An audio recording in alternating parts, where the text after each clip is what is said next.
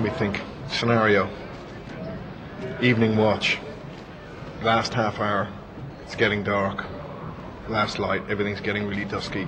It's foggy. You've got about 400 yards visibility. And you're looking at your watch and it's 20 minutes to go. And you're thinking, oh, I'm just over this.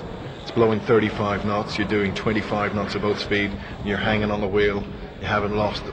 You haven't wiped out, everything's under control, it's just another day in the office. The navigator sticks his head up the hatch and he'll say, iceberg on the bow. And you go, how far? 1 mile. 1 mile at 25 knots. You don't even want to think about it. It's like 3 minutes, you're on top of it. So all of a sudden the heart starts going and the whole thing's now elevated to a level that you just didn't need, because the end of your watch, you're over it. The sweat's coming down the back of your neck, your feet are ice blocks, your hands are like ice blocks, your face is raw red from the salt spray, and all of a sudden you're being told, iceberg on the bow, 1 mile. Okay, so when you're driving in those conditions, you have what we call a 10-degree envelope to steer in. You can go up 5 degrees or down 5 degrees, and either side of that is a wipeout. So you're quite limited about where you can steer. So you actually have very little time to react. You have to react instantaneously. Once you get the call, iceberg, you react. So we react, we come up 5 degrees and the navigator disappears, goes back to the radar, click, goes back up. Second iceberg on the port bow. And you're going, you're kidding. Is it the same iceberg? I don't know. Down he goes.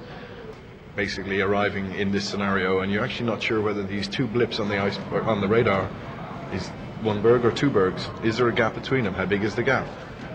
And all of this, all you have is 400 or 500 yards visibility in front of you. It looks like somebody just frapped an iceberg right in your path, and it's all come out in assorted icebergs. And you have a guy stands up on your shoulder, and he calls you up, down, and you basically drive through this pack ice, picking out the big bits to miss. All the time in your mind, you kind of remember somewhere somebody in school kind of told you how much ice there was under the water, but you can't remember how much, and you don't want to.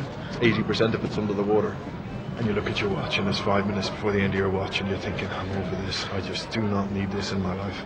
And all the time you're doing 25 knots, the hammer's down fully, you're just going.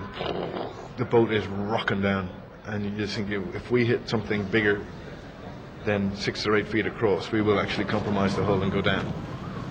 You know, and you go down below and you take your gloves off and your feet are frozen and your hands are frozen and you curl up in your bunk and you just pretend you're not there. And I don't need to do that anymore. That's my last time. I'm over it.